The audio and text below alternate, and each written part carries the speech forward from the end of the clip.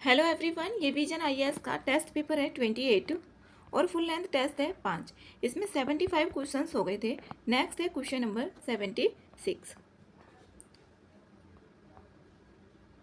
76 है भारतीय reserve bank RBI के संदर्भ में निम्नलिखित कथनों पर विचार करना है और इसमें यहाँ पर देखना है सही ऑप्शन कौन सा है। सही ऑप्शन इसमें चूज करना है। पहला ऑप्शन है इसमें वास्तविक इक्विटी आरबीआई की आर्थिक पूंजी का घटक है जिसमें इसकी पूंजी आरक्षित निधि और जोखिम प्रावधान शामिल है।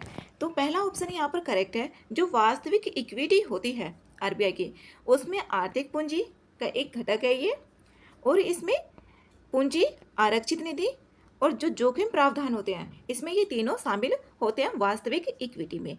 दूसरा ऑप्शन है इसमें, पहला ऑप्शन तो करेक्ट है। दूसरा ऑप्शन है आरबीआई का पुनर्मूल्यांकन शेष तुलन पत्र का एक हिस्सा है। जो आरबीआई का पुनर्मूल्यांकन है वो शेष तुलन पत्र का एक हिस्सा है जो विनिमय दर के परिणाम स्वरूप, जो विनिमय दर होती है एक्सचेंज रेट होती है, परिणाम स्वरूप अवास्तविक लाभ और शुद्ध घाटे का लेखा जोखा रखता है। ये भी ऑप्शन इसमें करेक्ट है। जो पुनर्मूल्यांकन होता है उसमें अवास्तविक लाभ और विनिमय दर, सोने की कीमत या ब्याज दर में उतार चढ़ाव, ये जो भी शुद्ध घाटा होता है इसमें होता है। ये जो आरबीआई का पुनर्मूल्यांकन है।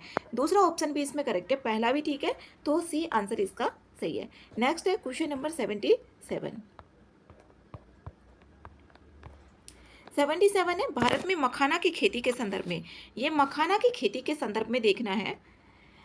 पहला ऑप्शन है इसमें मखाना एक जलीय फसल है, ठीक है, और मखाना एक जलीय फसल है और ये इसका सबसे ज़्यादा जो योगदान है भारत में वो बिहार का ही है और 80% से अधिक है। ये भी ऑप्शन इसका करेक्ट है। पहला ऑप्शन है मखाना एक जलीय फसल है जो मुख्यतः स्थिर ताजे जल वाले निकायों में उगाया जाता है। यहाँ पर पहला ऑप्शन, दूसरा ऑप्शन भी इसमें करेक्ट है। इसमें तीसरा ऑप्शन है मखाना में ट्रांस फैट और कोलेस्ट्रॉल प्रचुर मात्रा में होता है जो इसे एक प्रकार का अस्वस्थकर नाश्ता बनाता है। इसमें तीसरा आंसर सही नहीं है। जो तीसरा ऑप्शन है मखाना एक प्राकृतिक रूप से, इसमें वसा जो होती है वो कम पाया जाता है और इसमें कोलेस्ट्रॉल नहीं पाया जाता। कोलेस्ट्रॉल ये मुक्त होता है, ये एक पौष्टिक नाश्ता है, इसलिए यहाँ पर तीसरा ऑप्शन गलत है। तो इसमें ए आंसर इसका करेक्ट है 77 का। नेक्स्ट है क्वेश्चन नंबर 78। इसमें लोक नाट्य कला और इधर यहाँ पर राज्य दिए हुए हैं। अब यहाँ पर देखें इसका,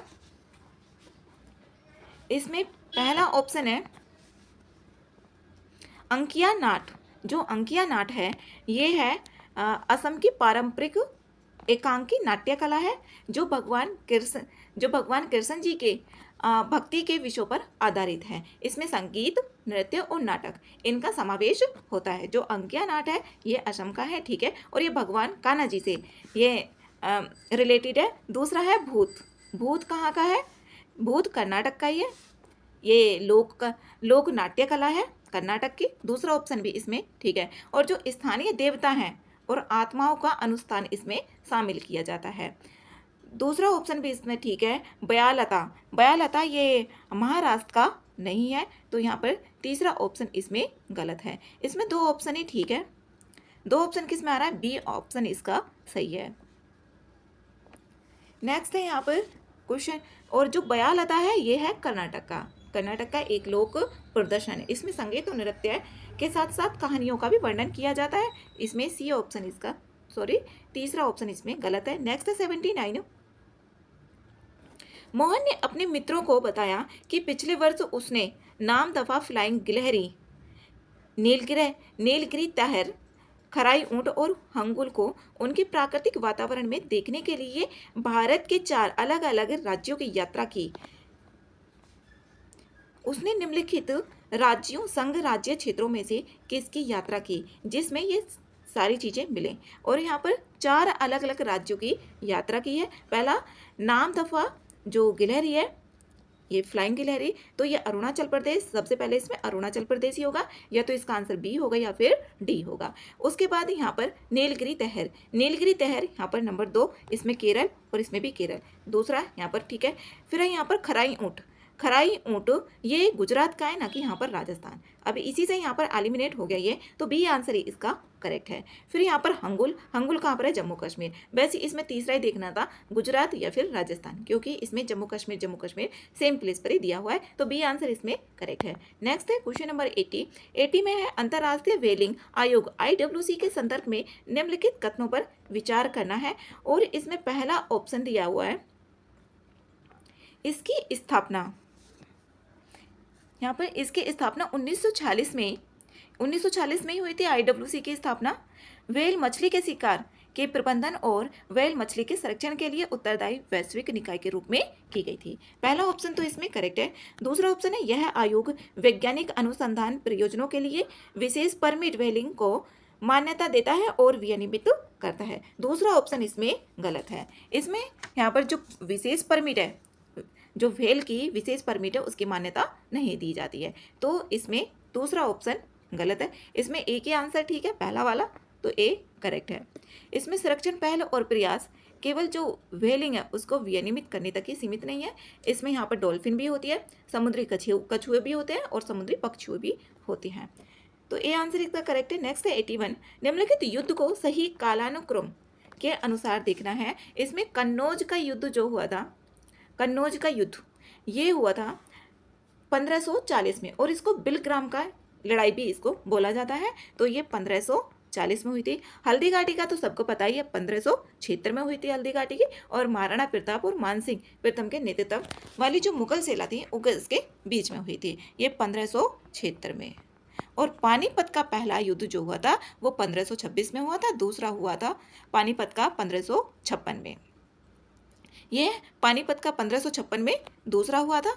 अब यहाँ पर पानीपत का पहला 1526, तो पहले पे जो आएगा तीसरा होगा सबसे पहले, फिर होगा पहला 3 1 2, तो डी आंसर इसका करेक्ट है। नेक्स्ट है क्वेश्चन नंबर 82 है उपयुक्त में से कितने नदी जल में भारी मात्रा में रेत खनन के संभावित परिणाम हैं। इसमें संभावित परिणाम देखने हैं कितने हैं, तो यहाँ पर पहला है जल स्तर में गिरावट, पहला तो ठीक है।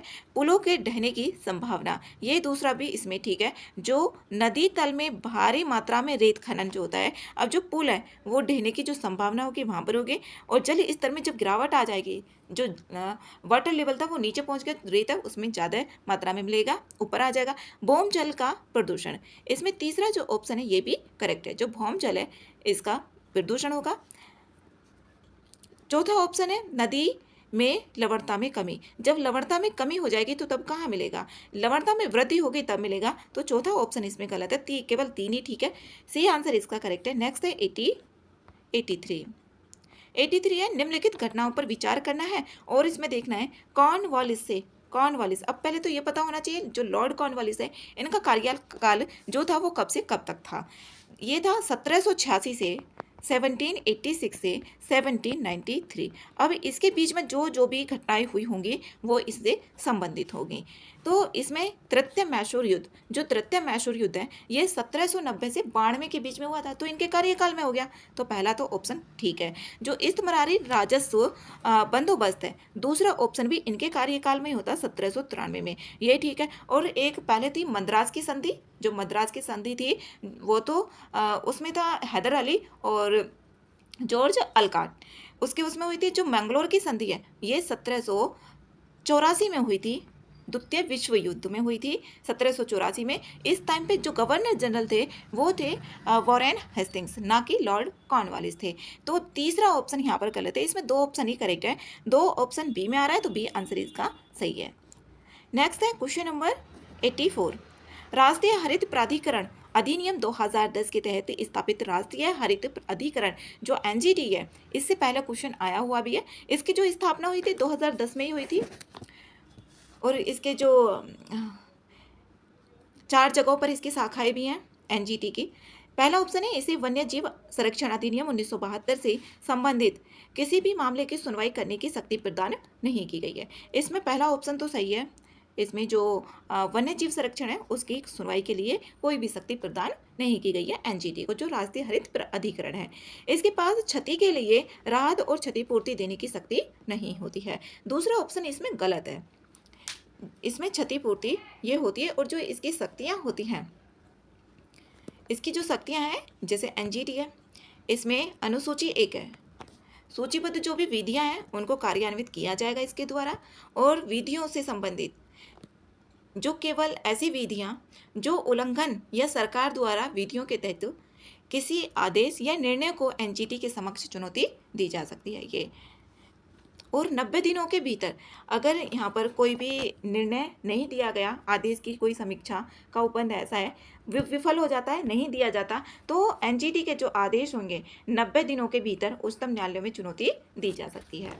यह अपील है। तो यहाँ पर दूसरा ऑप्शन इसमें गलत है, पहला ही ठीक है, ए आंसर इसका करेक्ट है। नेक्स्ट क्वेश्चन नंबर 85 में राज्यसभा के निर्वाचनों के संदर्भ में निम्नलिखित कथनों में से कौन से सही है। यहाँ पर पहला ऑप्शन है, इसमें सही ऑप्शन ही देखने हैं, केवल संबंधित विधानसभा के निर्वाचित सदस्य ही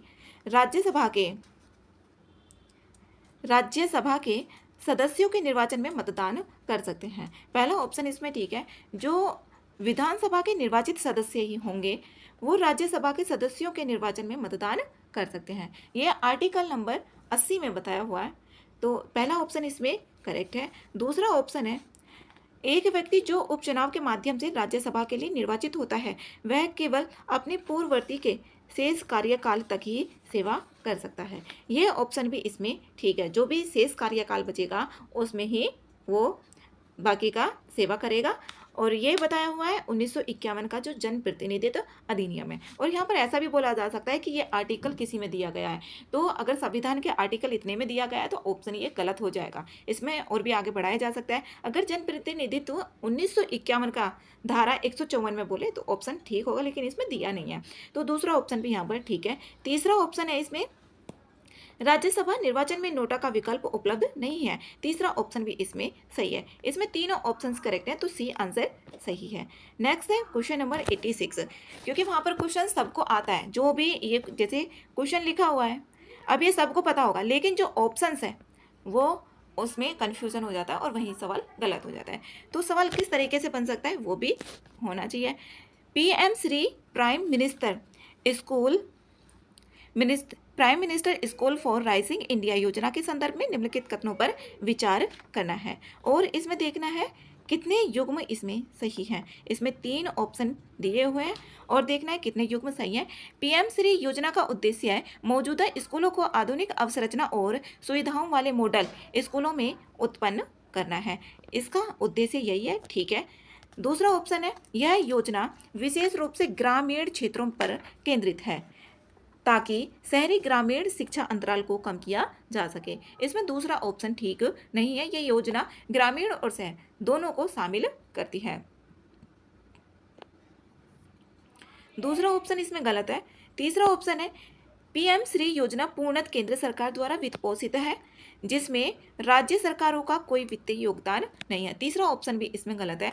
यहाँ पर जो केंद्र सरकार है 60% है उसका योगदान, जबकि 40% राज्य सरकारों का योगदान है।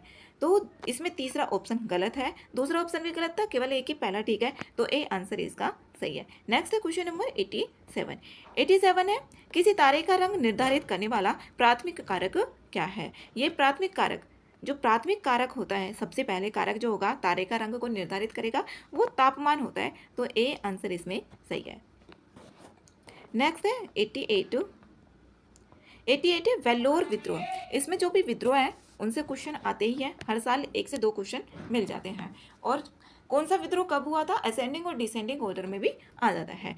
वेल्लोर विद्रोह है, यहाँ पर इसमें ऑप्शन भी दिए हुए हैं, ये एलिमिनेशन मेथड इसमें लग सकता है। पहला ऑप्शन है, वेल्लोर विद्रोह के संदर्भ में निम्नलिखित कथनों पर विचार करना है। पहला है, यह विद्रोह हुए ड्रेस कोड के लागू होने से प्रारंभ हुआ था जिससे हिंदू और मुस्लिम दोनों सैनिक आहत हुए थे। इसमें पहला ऑप्शन ठीक है, जो वेल्लोर का विद्रोह है ये 1806 में हुआ था, 1806 में हुआ था, और इसमें ये ड्रेस कोड के लागू होने से ही प्रारंभ हुआ था, हिंदू और मुस्लिम दोनों सैनिक इसमें आहत हुए थे। दूसरा ऑप्शन है, विद्रोह के दौरान सिपाहियों ने टीपू सुल्तान के बेटे फतेह हैदर को अपना राजा घोषित किया। दूसरा ऑप्शन इसमें करेक्ट है। ये भी ठीक है। तीसरा ऑप्शन है विद्रोह के कारण, अब जिसमें दो होंगे या तो ये होगा या फिर ये होगा। विद्रोह के कारण मद्रास रेजिमेंट को भंग कर दिया गया था। तीसरा ऑप्शन भी इसमें ठीक है, तीनों ऑप्शन करेक्ट है, तो ए आंसर इसका सही है। नेक्स्ट है क्वेश्चन नंबर 89। 89 में है, इसमें यहाँ पर दिया हुआ है और बताना है इसमें किस घटना को ये संदर्भित करता है। ये दक्षिणी हिंद महासागर में फैली एशिया अफ्रीका ऑस्ट्रेलिया मानसून प्रणाली का एक प्रमुख घटक है। यह एक निम्न स्तरीय उपोष्ण कटिबंधीय उच्च दाब प्रणाली है जो दक्षिणी अफ्रीका और दक्षिणी हिंद महासागर पर प्रभावी रहती है। इसकी उच्चतम स्थिति में इसका उत्तर पश्चिम दिशा में झुकाव देखा जाता है, जो इसके स्थानिक रूप से विषम तापीय संरचना के कारण होता है। यह उच्च दाब वाली प्रणाली भारत में मानसून के आगमन को प्रभावित करती है। ये यहाँ पर निम्न स्तरीय, जो निम्न स्तरीय जो उपोष्ण कटिबंधीय उच्च दाब प्रणाली है जो हाई प्रेशर होगा, और यहाँ पर दक्षिणी हिंद महासागर में फैली एशिया अफ्रीका ऑस्ट्रेलिया मानसून प्रणाली। इसमें देखते हैं अब यहाँ पर किसके बारे में बताया हुआ है। ये है यहाँ पर डी आंसर इसका करेक्ट है, जो मैस्क्रीन हाई है। ये दक्षिण हिंद महासागर में ऑस्ट्रेलियाई शीत ऋतु जो जून जुलाई अगस्त में फैली हुई ऑस्ट्रेलिया अफ्रीका और एशिया, ये मानसून प्रणाली के एक प्रमुख घटक है। तो यहाँ पर डी आंसर इसका करेक्ट है। नेक्स्ट है 90 में है निम्नलिखित प्रौद्योगिकियों में से कौन सी अफेक्टिव कंप्यूटिंग से अत्यधिक निकटता से संबंधित है। इसमें यहाँ पर लार्ज लैंग्वेज मॉडल का उपयोग करने वाली इमोशन एआई प्रणाली, ए आंसर इसका सही है। नेक्स्ट है क्वेश्चन नंबर 91। ऋण मूल्य एलटीवी अनुपात के संदर्भ में निम्नलिखित कथनों पर इसमें विचार करना है और इसमें देखना है कौन सा ऑप्शन सही है। इसका उपयोग भविष्य में अपेक्षित मुद्रास्फीति दर के लिए समायोजन करने के बाद वास्तविक ऋण मूल्य की गणना करने के लिए किया जाता है। इसमें पहला ऑप्शन गलत है। जो एलटीवी अनुपात है इसका जो उपयोग होगा यहाँ पर मूल्य की तुलना में जो उधारकर्ताओं को ऋण देने में जोखिम के लिए किया जाता है, ना कि यहाँ पर वास्तविक ऋण मूल्य की गणना के लिए किया जाता है। इसमें जो भी यहाँ पर ऋण होगा, ऋण के मूल्य की तुलना में जो उधारकर्ता को ऋण देने में शामिल होता है। कम एलटीवी अनुपात वाले ऋणदाताओं के लिए सुरक्षित माने जाते हैं। दूसरा ऑप्शन इसमें ठीक है, जो कम एलटीवी यहाँ पर जो भी ऋण मूल्य होगा अनुपात वाले ऋणदाताओं के लिए सुरक्षित माने जाते हैं, तो बी आंसर इसका सही है। नेक्स्ट है क्वेश्चन नंबर 92। प्री पैकेज्ड दिवाला समाधान प्रक्रिया जो pre packaged insolvency resolution process है, इसके संदर्भ में देखना और कथन भी देखना कौन से इसमें करेक्ट है। इसमें ऑप्शंस देखने हैं। पहला ऑप्शन है कॉर्पोरेट दिवाला प्रक्रिया के विपरीत प्री पैकेज्ड दिवाला प्रक्रिया लेनदारों और देनदारों के बीच अनौपचारिक समझ की अनुमति देती है। ये औपचारिक नहीं है, अनौपचारिक है, कभी भी वार्ता हो सकती है, कभी भी लेनदार और देनदारों के बीच में समझ की अनुमति है इसमें। तो पहला ऑप्शन करेक्ट है। दूसरा ऑप्शन है इसमें CIRP के विपरीत उन चूकों के संबंध में उपलब्ध है जहां चूक कम से कम रुपये 10 लाख है। इसमें ये भी दूसरा ऑप्शन भी इसमें करेक्ट है। इसमें 10 लाख ही है जो CIRP के विपरीत। CIRP का मतलब है यहाँ पर जो कॉरपोरेट इंसॉल्वेंसी यहाँ पर समाधान प्रक्रिया जो प्रोसेस है, और यहाँ पर 10 लाख रुपए है इसमें। दूसरा ऑप्शन भी ठीक है। तीसरा ऑप्शन है यह वर्तमान में केवल दिवाला और शोधन अक्षमता जो IBC है के तहत MSME के लिए उपलब्ध है। IBC जो यहाँ पर दिवाला और शोधन अक्षमता संहिता है उसके लिए है यहाँ पर वर्तमान में, इसके लिए ये। तो तीनों ऑप्शन इसमें करेक्ट है। ये इंपॉर्टेंट भी है क्वेश्चन, प्री पैकेज्ड दिवाला समाधान प्रक्रिया, डी आंसर इसका करेक्ट है। नेक्स्ट है क्वेश्चन नंबर 93। संयुक्त लोक सेवा आयोग JPSC के संदर्भ में देखना है और इसमें सही ऑप्शन भी चूज करने हैं। सही ऑप्शन कितने हैं? पहला है 2 या अधिक राज्यों के लिए एक संयुक्त लोक सेवा आयोग JPSC का गठन केवल संसद के अधिनियम द्वारा ही किया जा सकता है। पहला ऑप्शन इसमें करेक्ट है। 2 या 2 से अधिक राज्यों के लिए केवल संसद के अधिनियम द्वारा इसका गठन किया जा सकता है। जो जेपीएससी है। पहला ऑप्शन इसमें सही है। दूसरा ऑप्शन है जेपीएससी अपना वार्षिक प्रतिवेदन भारत के राष्ट्रपति को यहाँ पर प्रस्तुत करता है। ये यहाँ पर जो राज्य होंगे, राज्यों में होगा तो राज्य के राज्यपालों को इसमें प्रस्तुत किया जाएगा। और ये आर्टिकल 323 के सब आर्टिकल 2 में बताया हुआ है। आर्टिकल 323 का सब आर्टिकल 2 में बताया हुआ है। यहाँ पर जो प्रतिवेदन होगा वो राज्य के राज्यपालों को प्रस्तुत किया जाएगा, ना कि राष्ट्रपति जी को। तो दूसरा ऑप्शन इसमें ये गलत है। तीसरा ऑप्शन है जेपीएससी की अनुशंसाएं संबंधित राज्य सरकारों पर बाध्यकारी होती हैं। इसमें तीसरा ऑप्शन भी गलत है। जो राज्य सरकारें होती हैं उस पर बाध्यकारी नहीं होती है। सरकार इन अनुशंसा जो भी अनुशंसाएं दी जाएंगी उनका अनुपालन कर भी सकती है और नहीं भी कर सकती है, यहाँ पर बाध्यकारी नहीं है। तो ए की कथन इसमें ठीक है, पहला वाला ए आंसर करेक्ट है। उसमें नेक्स्ट क्वेश्चन है 94, रेडियोधर्मिता के संदर्भ में निम्नलिखित कथनों पर विचार करना है और इसमें ऑप्शन देखना है गलत कौन से हैं। अल्फा कण ट्रिटियम जैसे सबसे भारी रेडियोधर्मी तत्वों के क्षय से उत्सर्जित होते हैं।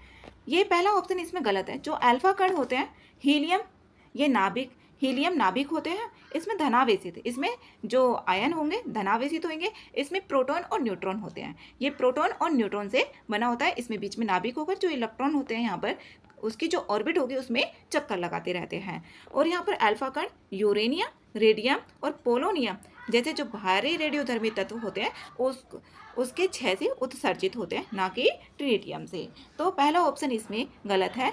दूसरा ऑप्शन देखें, जो गामा किरणें हैं, गामा किरणें चुंबकीय क्षेत्र में विक्षेपित नहीं होती हैं। गामा किरणें जो चुंबकीय क्षेत्र होगा उसमें विक्षेपित नहीं होती हैं क्योंकि वे फोटॉन से बनी होती हैं गामा किरणें। ये उदासीन कण होंगे जिन पर कोई आवेश नहीं होता है। गामा किरणों पर कोई भी आवेश नहीं होता है। तो दूसरा ऑप्शन इसमें करेक्ट है। अब पूछा जा सकता है गामा किरणों पर क्या आवेश कौन सा होता है, तो ये उदासीन होता है, ना तो प्लस होता है और ना ही माइनस होता है। तीसरा ऑप्शन है, दूसरा तो ऑप्शन ठीक है, पहला गलत है। एक्स किरणें नाभिक के अंदर से उत्सर्जित होती हैं जबकि गामा किरणें नाभिक के बाहर प्रक्रिया से उत्पन्न होती हैं। इसमें तीसरा ऑप्शन भी गलत है। जो एक्स किरणें होती हैं वो गामा किरणों के समान ही होती हैं। जो एक्स किरणें होंगी गामा किरणों के समान ही होंगी, और क्योंकि ये फोटॉन से बनी होती हैं इसलिए। और एक्स किरणें नाभिक के भीतर, एक्स किरणें होंगी नाभिक के भीतर, नाभिक के बाहर प्रक्रिया में से उत्सर्जित होंगे। इसमें उल्टा दे दिया है। ये एक्स किरणें जो नाभिक होगा उसके बाहर से और जो गामा किरणें होंगे नाभिक के भीतर से। तो यहाँ पर तीसरा ऑप्शन भी गलत है, पहला ऑप्शन भी गलत है। इसमें दो ऑप्शन गलत हैं। तो 94 का आंसर ही है इसमें बी, यहाँ पर बी है। नेक्स्ट है क्वेश्चन नंबर 95। यहाँ पर है वैश्विक जलवायु जोखिम सूचकांक इसमें से किस संस्था के द्वारा जारी किया जाता है, जो ग्लोबल क्लाइमेट रिस्क इंडेक्स है। यह किया जाता है जर्मन वॉच के द्वारा। सी आंसर इसमें करेक्ट है। और नेक्स्ट है इसमें क्वेश्चन नंबर 96, संसद की निम्नलिखित समितियों पर विचार करना है और इसमें देखना है लोकसभा से संबंधित उपयुक्त समितियों में से कितनी केवल लोकसभा से संबंधित हैं। जो लोकसभा से संबंधित है वो देखना है। इसमें पहले यह सरकारी आश्वासन समिति, इसमें लोकसभा के 10 मेंबर होते हैं और राज्यसभा के लोकसभा के 15 मेंबर होते हैं और राज्यसभा के 10 मेंबर होते हैं, 15 प्लस के 10। तो पहले ये ठीक है, पहला ऑप्शन। दूसरा ऑप्शन है निजी सदस्यों के विधेयक तथा संकल्पों के लिए समिति। इसमें जो दूसरी समिति है संकल्प समिति, इसमें लोकसभा की ये एक विशेष समिति है, अध्यक्ष सहित इसमें 15 सदस्य होते हैं। तो इसमें दूसरा ऑप्शन भी ठीक है। अब यहाँ पर तीसरा ऑप्शन है सदन की बैठकों के सदस्यों की अनुपस्थिति संबंधी समिति। जो अनुपस्थिति संबंधी समिति है इसमें यहाँ पर देखा जाए तो जो सदन की बैठकों में सदस्यों की अनुपस्थिति संबंधी जो समिति होगी ये एक संसदीय समिति होती है। इसमें सांसद सदस्य होंगे और ये जो समिति होती है अवकाश संबंधी, जो भी अवकाश लिया जाता सांसद है वो अवकाश लेंगे, उन आवेदनों की जांच करती है ये समिति। और इसमें कोई सांसद बिना अनुमति के सदन के 60 दिनों से अधिक समय तक अनुपस्थित रहा हो, यह समिति जो होगी, यहाँ पर इसमें 15 सदस्य होते हैं। राज्यसभा में इसका कोई भी समिति नहीं होती है। तो इसमें यहाँ पर इसमें पूछा हुआ है लोकसभा से संबंधित है, तो यहाँ पर दो ऑप्शन इसमें सही है, बी आंसर इसका करेक्ट है। नंबर 97, जो टोबिन टैक्स है इसका सर्वोत्तम वर्णन किससे किया गया है? यह अल्पकालिक सट्टेबाजी पर अंकुश लगाने के लिए विदेशी मुद्रा लेन देन पर लगाया जाने वाला एक कर होता है। सी आंसर इसमें करेक्ट है। नेक्स्ट है 98, हाल ही में परमाणु ऊर्जा के एक नए युग का मार्ग नामक रिपोर्ट प्रकाशित की गई है। ये की गई है अंतरराष्ट्रीय जो परमाणु ऊर्जा है ना, IEA के द्वारा की जाती है।